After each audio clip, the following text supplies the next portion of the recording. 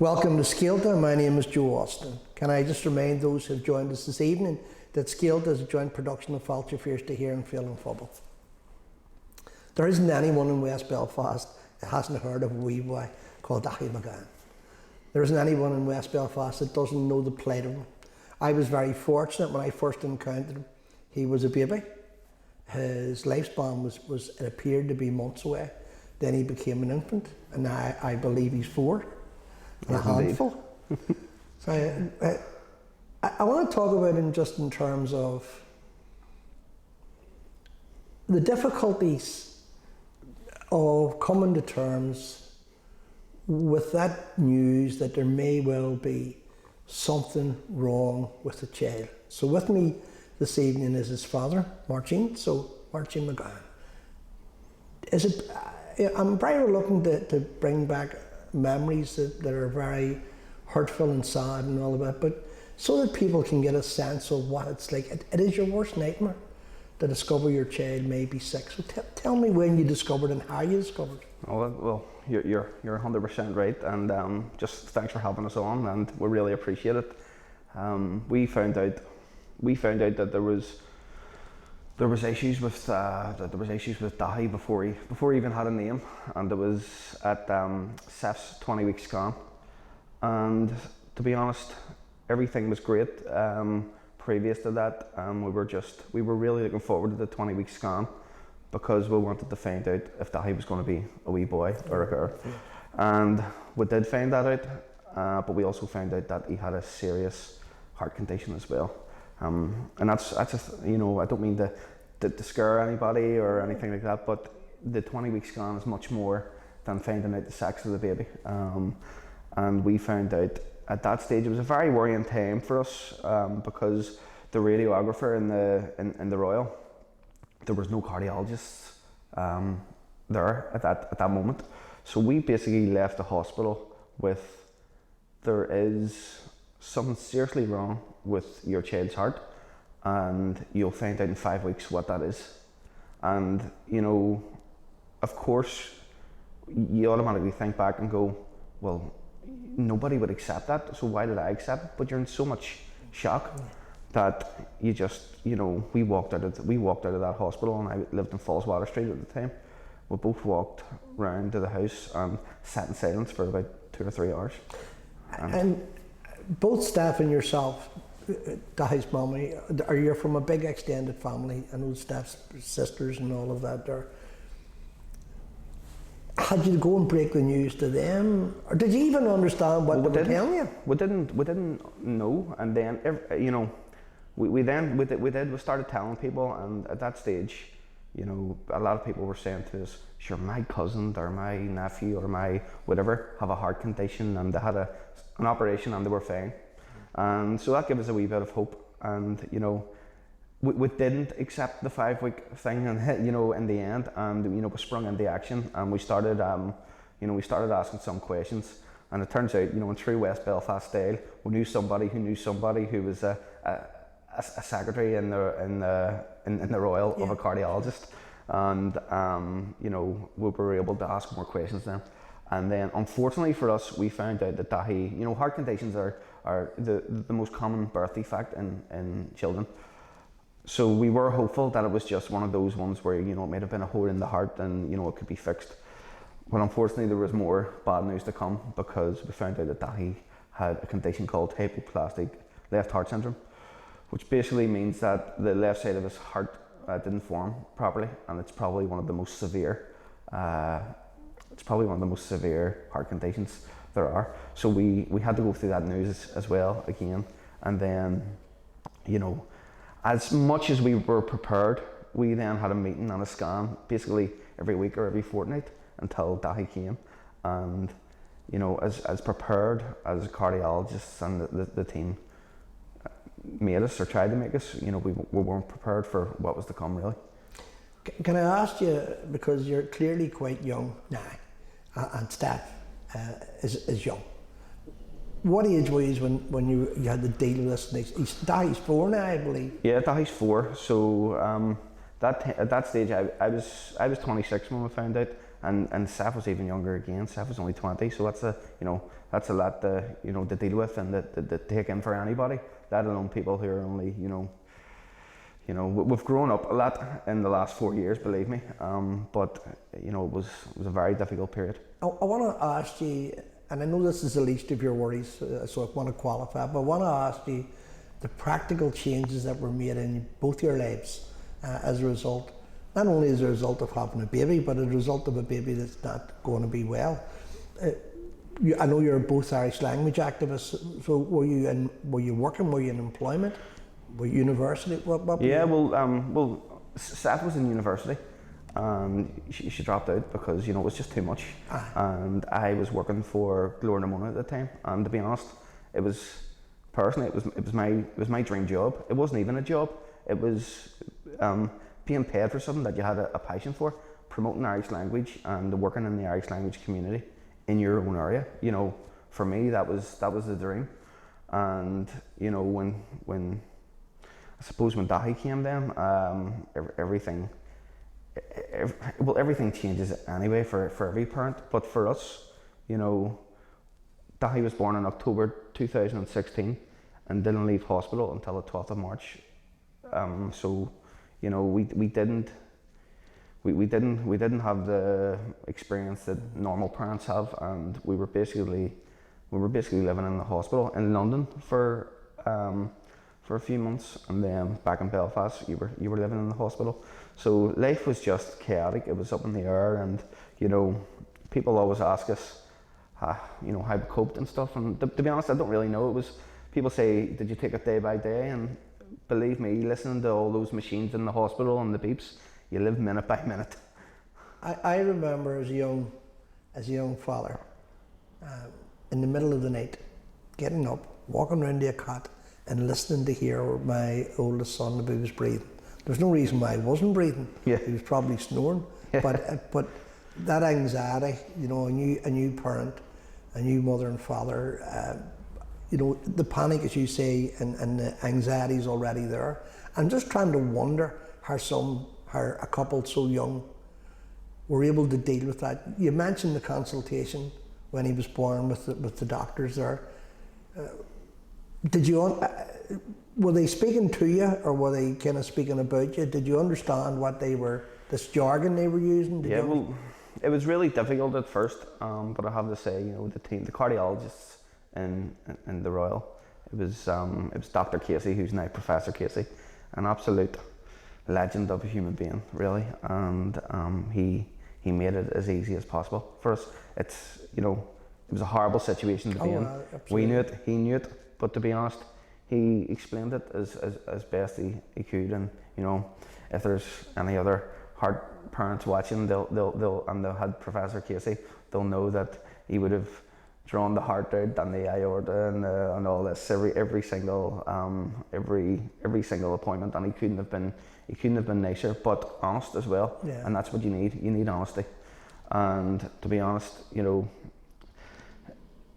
he prepared us as best as anybody could have, but we just weren't prepared for what was to come, because we were prepared for 3 operations over maybe 3 or 4 years, but things didn't go to plan, because now Dáithí needs a heart transplant. Yeah. And Dáithí, when he was born, he was to have a procedure called the Norway procedure, and there's no cure for what Dáithí has, but there's 3 operations that can manage what he has.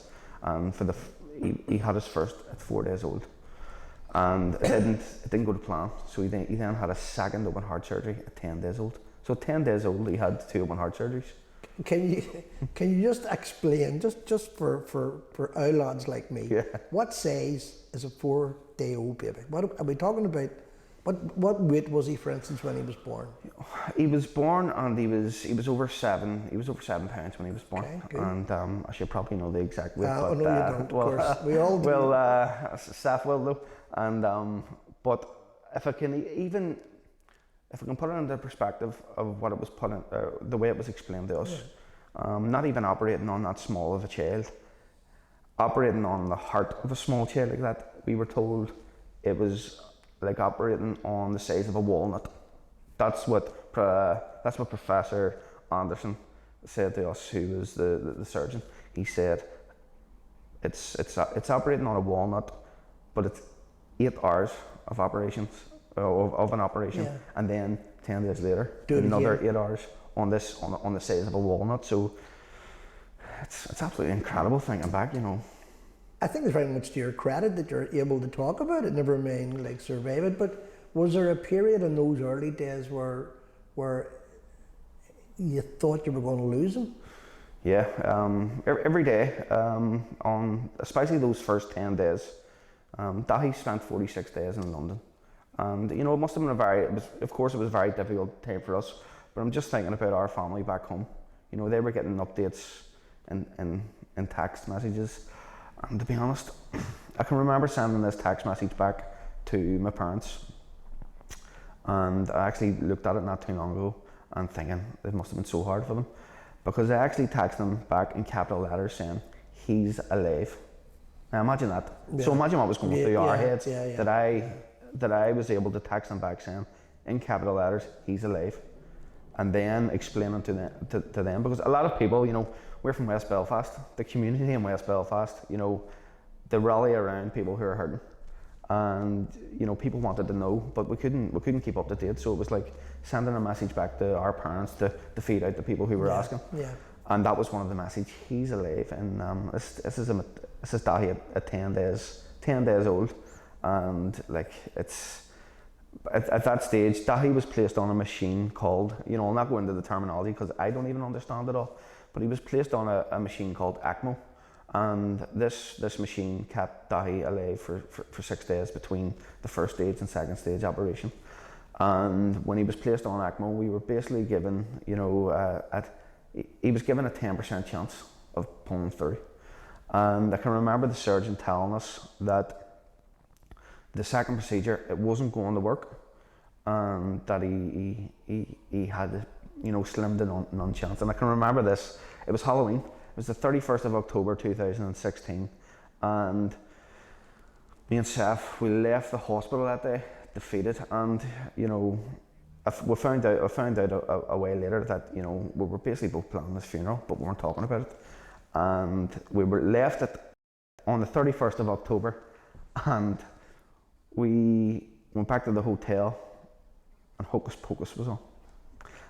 It's mad what you remember, but we both fell asleep to Hocus Pocus, and then the hospital rang all those hours later, and I just heard Seth again saying it was kind of like, you know, he's alive, you know, and still I was thinking, I know Seth, but they told us it wasn't going to work, so it's, you know, it's not going to work, and we'll get over. And that's when it became kind of, you know, you're listening to the beeps, you understand what the numbers now mean, and you know, it's just minute by minute really. And then day by day, Dáithí's chest was open for 18 days, and anything over 3 days for your chest being open, or any part of the body being opened, you know, it's dangerous for infections and all that. And but when they closed his chest, there was another, you know, he had sepsis, he had a nasty stomach infection when they were talking about cutting away some of his stomach, and he had a stroke. You know, all this in such a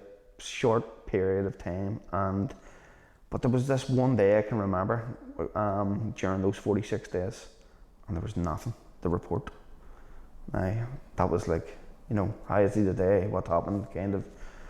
No, it was, you know, it was quiet enough. Nothing to report. Is he any improvement? No. But nothing worse. That was the best news ever. And then, bit by bit, he just got a wee bit stronger. And but before I want to talk about that healing part of the recovery.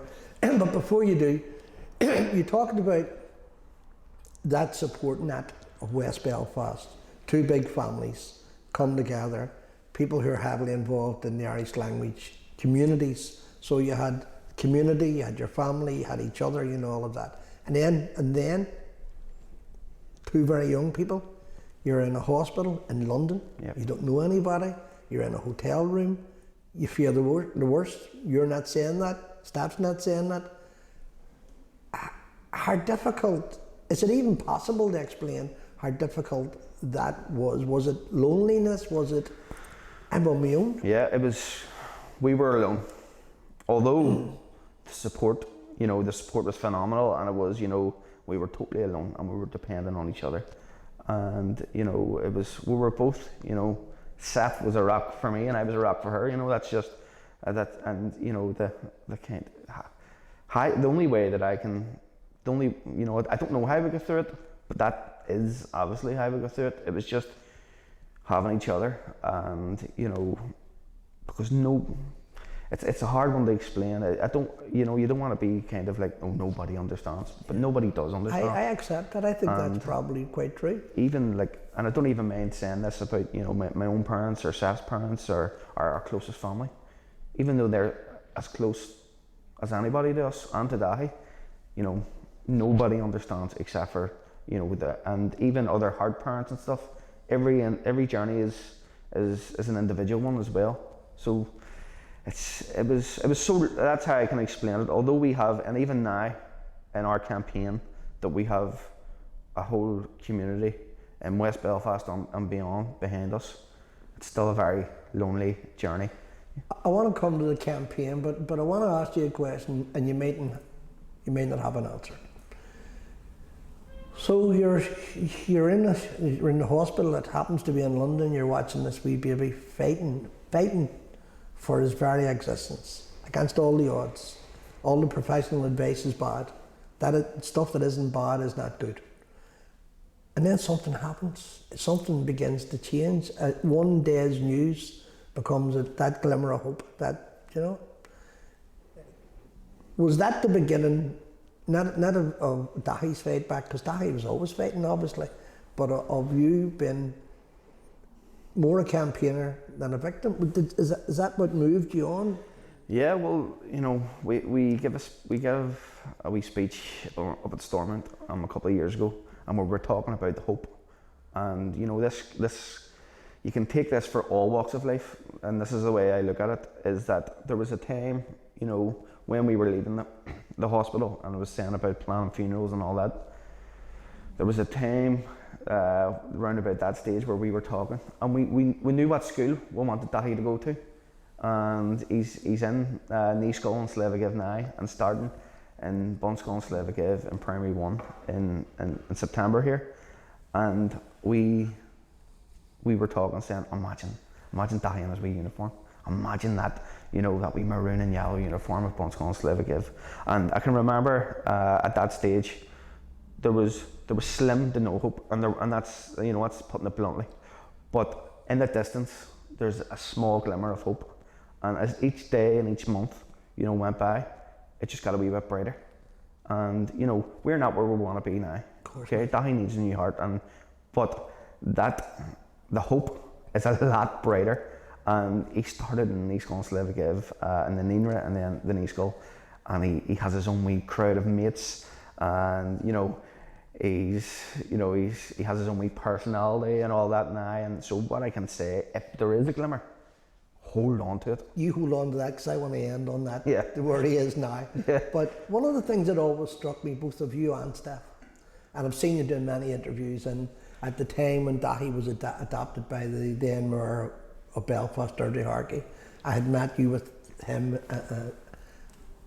and he always struck me as just one of the most pleasant kids I've ever met, baby as he was then. But what struck me with yourself and his mama was that in all the interviews that you've done, you include all of those out there who are in a similar position as you. So the question I have to ask you, I think you may have touched on it earlier, but the question I'd like to ask you is that although it's a rarity, this disorder, the fact that babies are born with heart defects and other defects is not really that rare. No. So tell me about the beginning of the campaign. How did the campaign? Yeah, so I was speaking with Deirdre last week. Dáithí Harkey? Yeah, Dáithí Harkey, and I was saying to her, you were saying about when the fight back in the campaign, kind of started, and I have to say, the fight back for us as a family, yes, it did start when Dáithí was really young, but the campaign, when Dáithí Harkey came to Glornamona that day, to Gael on Gill, to launch the campaign, what we originally wanted to do is, was it was to raise awareness for organ donation in West Belfast. We had no plans to have what we have now, and I actually thanked Deirdre Hargy last week for, you know, not only coming and launching, but using her platform. You know, we all know that that every mayor has their own charity, or maybe two charities, or whatever. We weren't a charity, we weren't anything like that, but Deirdre Hargy tried her best for us all year. She included us in anything, you know, whether it was at Christmas, whether it was, you know, and the Christmas card as well. That gave us the confidence, and, you know, that to take our campaign to the next level. And, you know, I had the opportunity to thank Deirdre. I think everybody was just so delighted to be able to do something. We both have mentioned that the Dáithí, you know, he's not an isolated case per se, a very serious case, but can you recall your contact? And you mentioned something which is very important, and I think it's absolutely right. Unless you go through this, you can know about it, but you can't feel it. But can you remember when other parents were in contact with you about their children or their grandchildren, and what was that feeling like? You know, when you knew that there was others out there in a similar situation. Yeah, well, on the heart side of things, you know, there's a bigger family of support, and, you know, so we could, you know, we could, you know, get advice from other families, and now we're in a position where we can give advice to families as well. But the heart transplant community for kids is so small. There's no infrastructure for paediatric heart transplants on the island of Ireland. So there's a joint UK and Irish list of children waiting. There's only 40 kids on that list. And in the north, there's only about 3 or 4 kids, Dáithí included, waiting on the gift of a new heart. So I can remember, you know, and we all know each other, obviously, you know, all the families know each other, and, you know, there was a, on our journey, we've seen children get the gift of life, and we've seen children not get the gift, and it just shows how heartbreaking and how hopeful this journey is. And we're kind of, you know, we are waiting, and hope is all we have, really. But, you know, I've sparked up friendships that I'll have for life now through this journey. And, you know, I can actually remember there's one family in particular, and they were in the hospital for quite a long time, and thankfully their child got that gift. And, you know, I can always say that I would have met the child's daddy a couple of times a week, and, you know, while they were in hospital waiting, and the conversations that we had were so helpful and so beneficial for both of us. And I can actually remember, because they were on the urgent transplant waiting list, and, you know, and I can remember a conversation that was like, you know, thanks for calling down and seeing us, and I was like, no, thank you for meeting with me and having a coffee with me, because the conversations, those types of people, they understand. So you don't have to explain the situation and where your child's at, and you know, you don't, because when you're having these conversations with people and they ask, oh, how's Dáithí, and you start to tell them, you can see in their eyes that are like, oh my goodness, you know, and it becomes an awkward conversation. Of course. But when you're dealing with other families, and, you know, they already know, because they're going through it themselves, and you can say things that you would never say. You know, you can have those conversations. You can have those deep conversations, and you can laugh about certain things and that you couldn't laugh about with ordinary people. And, you know, so I'm very thankful for those types of relationships, to be honest. And, you know, then to this day, it's now Dáithí waiting, and thankfully their daughter's doing really well. That gives us more hope. So Can I ask you or touch on briefly, and take this as an advertisement, please do. Can I ask you just in terms of the donor campaign?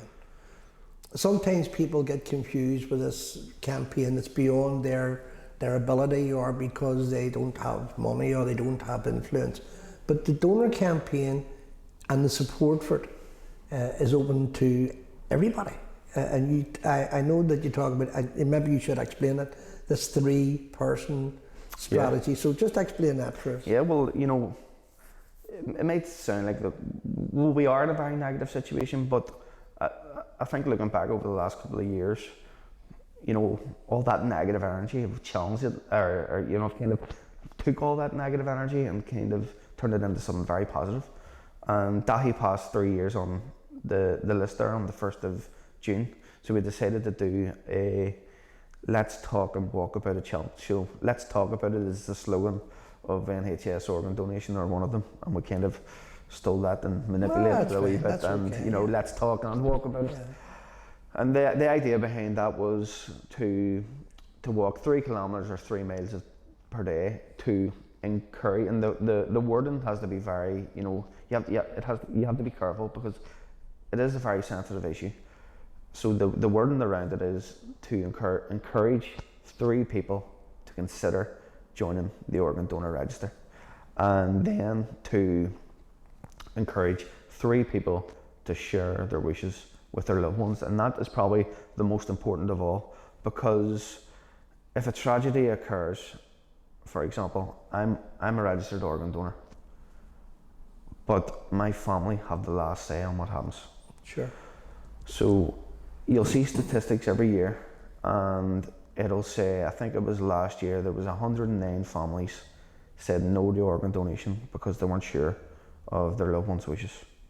And I think it was 109, but that just shows you, 1 organ donor can save up to 9 lives. So that's a potential, you know. I think on average, you know, it won't be 9 every time, of course, but there's there's maybe 6,000 people waiting on a transplant. So that's a lot of organs that weren't donated, and those are eligible donors as well, who have sadly passed away, and their families said no because they weren't sure. So a simple conversation between families could one day save 9 lives, and it's that simple. And it's sometimes that simple that makes it so hard because people take it for granted, I think. Yeah. At times, so. You know, I think so. You know, sometimes I joke sometimes and think, you know, sometimes it might be easier you know, if you were to say that he needs £2 million for a life-saving surgery or whatever like that, but it's not the case. All we want is something very simple for people to talk about organ donation, to try and normalise it in our society. Can I also just, clarify something that when we talk about organ donation, people, again, these are the misapprehensions, or people kind of assume that these are the cases.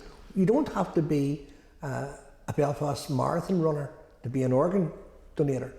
You just have to have the willingness. Now, not every organ, not every person is capable, because their organs, they're older or they're not healthy. But everybody has an opportunity of developing and promoting the concept, and it's the concept that we need to get into people's heads. That's it. Well, it's, you know, the amount of times that, you know, maybe an older person has said, sure, my organs would be no good. I'm a smoker.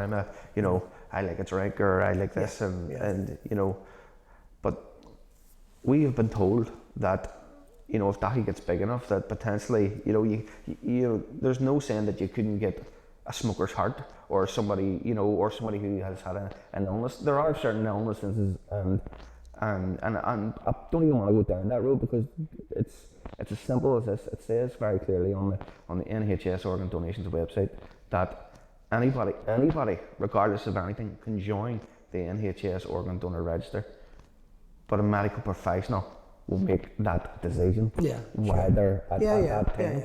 Now, 1%, only 1% of deaths can become, you know, can become organ donors. Yeah. So it's very rare that people actually can become organ donors. So that's why we're always shouting from the rooftops, because we want as many people as, you know. We've had that question before, and it annoys me now. So you're waiting for somebody to die, and you know, then I wouldn't have known how to answer it, but I do now. No, we're not. Yeah. But I can even tell a story about how I became okay with, you know, or stopped questioning myself really. And it was we were over at the Freeman Hospital in Newcastle, and we were getting a tour of the ICU. So that's how our trips to Newcastle go. You get a tour of the not ICU. The nightclubs, yeah, not no, all that's of it. that, yeah. And I was telling the consultant about our campaign, and then I might have said something like this, that would get those questions, and she just stopped me and said, "Let me stop you right there. X amount of people die every single day, sorry. And unfortunately, some of those are children. There's nothing that I can do about that. There's nothing that you can do about that, whether it's written in the stars or whatever. It happens." And she says, "But what you can do is what you're doing. You can promote organ donation. Your campaign, it's about life, it's not about death. So it's about encouraging, of course a tragedy has to occur. However," she was saying, "you cannot do anything about that. What you can do is you can focus on your wee boy and trying to do the best you can." And I come back from that thing and, thinking that has kind of, it's answered a lot of, questions that I had, for myself, sort of thing. And I'm told, strangely enough, that it's a very common experience that people who have either received donations, organ donations, or people who are waiting, have this kind of nearly like a guilt complex. I mean, am I doing the right thing? Is this okay? And whatever. And the obvious answer is it's more than okay.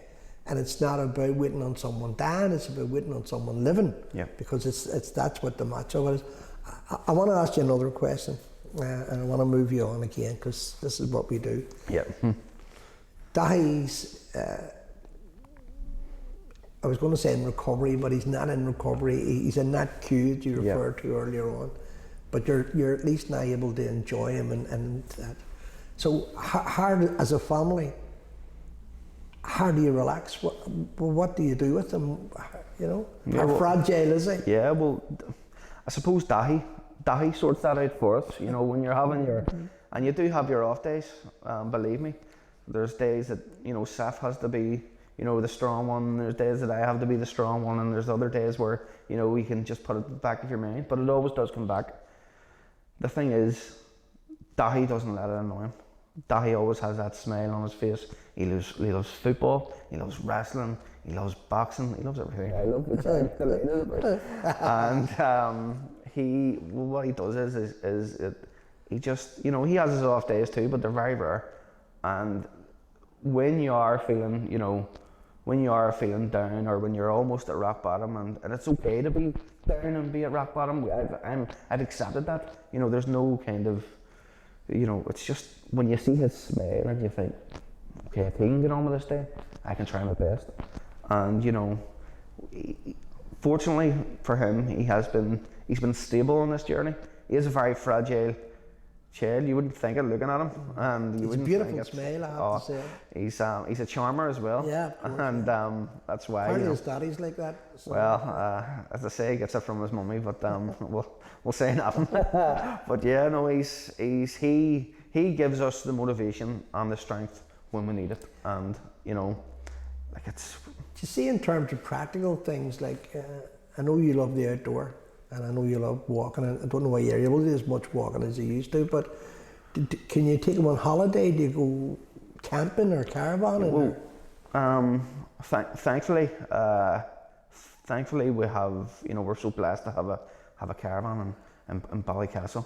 Yeah. And I know my uncle Jared. I do, yeah. And our Jared and my granny, before she passed away, they wanted to do something very nice for us, and it changed our lives really. That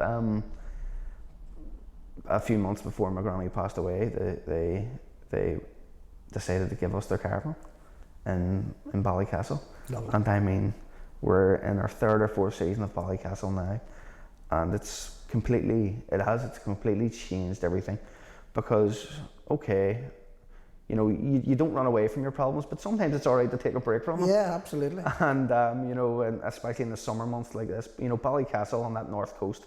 I think sometimes that we take the north coast for granted sometimes, and I think it is absolutely beautiful up there. And we go up any chance we can and Dáithí absolutely loves it, and you know, we can go to the beach. He actually got into the water last week for the very first time. Freezing, and Ballycastle water is so cold, and he absolutely loved it. And yeah, so you know, we make absolutely, we try and, you know, seize the moment, and we try and make as best and nice memories as possible, because the future is unknown, but you know, I have to say, life, you know, it could be a lot better, but it's good.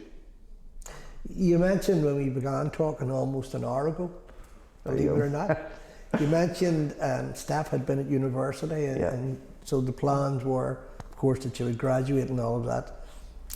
And then the tragic news, the bad news, Dáithí wasn't well. Has she been able to go back to university? Has she been able to pick up where she left off? Yeah, well, she is back at university now. Very good, yeah. And she's just finished her first year at university there, and she's doing really well. That's amazing. And you know, she's doing Irish language. She has a Seth learned Irish, and she went to Rathmore, so she learned Irish in secondary school, and her Irish is amazing. She doesn't know I don't think she fully understands how good she is at Irish, and she loves writing poetry. She's actually started kind of writing these bilingual poems that are absolutely amazing, and you know, she's back and she's doing really well. And you know, so there is kind of that small light that it was telling a bit of hope, about it being a little bit brighter now. You know, we can finally, you know, we can see ourselves 10 years down the line. Hopefully Dáithí has a new heart, and you know, nobody's talking about him and nobody cares about him as much. That is the goal, and that sounds a wee bit harsh, but that would be with not maybe that they don't care about him. I mean that he's doing well, and nobody's really. It's just, oh, where's Dáithí? He needed the heart that time, and he's doing really well now. I suppose so much of the future wrapped up for the three is, and everybody else who's in that queue that you referred to for donations of body parts to use it, because they're not all about the heart, you know, they're kidneys and liver and so on and so forth. When you hear the crises in the health service, and we now deal with it on a daily basis, and rightly so, but we need to move beyond dealing with it. We need to move beyond hearing about it to dealing with it. Are you full of intrepidation, or do you feel like screaming, or you know, the health service must be protected? And I'm assuming that's how you feel. Yeah, well, you know, we're very passionate about the health service and the NHS, and I'm saying, you know, they must have spent millions of pounds on that alone throughout the years, and you know, we are so passionate about protecting the NHS, and you know, but you know, even with, at the minute, we have Robin Swan's taken through, we've been lobbying for a few years now for the introduction of a soft opt-out organ donation bill, and we got what will that mean? Just explain that basically means, you know, in a nutshell, that it would be, instead of having to opt in, you would have to opt out. Okay. So instead of taking the 2 minutes to say I'm an organ donor, if you have to take 2 minutes to say I'm not. And basically we're at the stage now that, you know, the department's behind it, most of the clinicians are behind it, and there's now a stall on that at the minute, and we're at the stage now, whereas time is against that bill to go through in this mandate, and it's going to really struggle to go through now. And if it didn't go through, it's going to be absolutely heartbreaking for us, because we've campaigned for this. We've put all that energy into the lobbying, and you know, meeting every single party here in the north, all the individual politicians, the team that has gone into that. And if it didn't go through, it'd be heartbreaking for us. And the importance of it. It's so important, and it's a step. You know, it won't give all the answers to organ donation, but it would be a step in the right direction of normalising organ donation in society. I want to finish with the last question. The last questions are always the most difficult questions, and I don't even know you can do this in a couple of seconds or a couple of minutes that we have left. Tell us about the wee boy Dáithí Mac Gabhann. Tell me about this 4-year-old who runs and rules a house. Yes, he's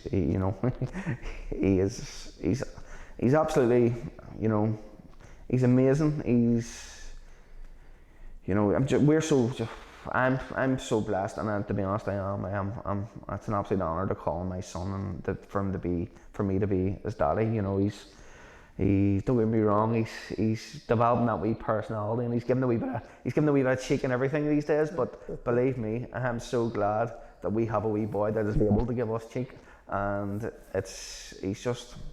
he's amazing. You know, we've been able to do so much with him, and it just says that he's a wee mini me. He just loves he loves everything. You know, all the football and the GAA and to be honest, having both of us in the house probably drives his mummy insane sometimes. But I know she is the same thing as me, and we're just so blessed to have him. And I think, you know, that's why we do everything, because I suppose to sum it all up is that we want to have him around for a very long time. You've done this interview on the basis that you would talk about what's required and what's needed, you know, and unfortunately we can all predict that somewhere in the near future a young family, young couple like yourselves will get the similar news or get news that's bad news, and their world falls apart and they're bewildered and they don't deserve it and all that. If there was one, and we'll finish on this, but if there was one single message that you could send to that, or people perhaps have already got that news, but if there was one message that you could send out through this programme to that young, or those parents, what would it be? I would say, you know, it's okay. It's okay to feel confused. It's okay to feel alone. There are going to be hard. You know, there are going to be. A lot of people have told me, you got to be positive. You got to be positive. You don't have to be positive. You don't have to be negative. You have to be, you know, you have to be real. And the thing is, with us, you know, people no longer tell me to be, you know, to be positive. There was a stage where I was very negative about things. Then I can remember somebody saying to me before, you know, I was saying, you know, there's a good chance that my son won't get a new heart. And then somebody says, there's a good chance he will. And that's the thing. You just, you know, there will be days where, you know, you will be fighting. There will be fight or flight. There will be both. There will be some days where you need to run away, where you need to take time for yourself. And that's one thing that I've, you know, come to terms with as well, is that Dáithí can't be number one priority for me. I'm the number one priority so that I can look after that. Yeah. And so you have to look after yourself. And to be honest, I'm always kind of saying this as well. You know, you don't want to always use it as an excuse for things. However, sometimes, you know, you need to give yourself a break as well. And, you know, that's... Well, I'm going to let that be the last question I've asked you. So what I'd like to do now is I want to send you, for all those who watch Scéalta, our best wishes. I think that what you said gives us all food for thought. I think he's, and yous are an example to us all. So for being my guest, Dáithí Mac Gabhann, Máirtín. Amor, thank you. Máirtín.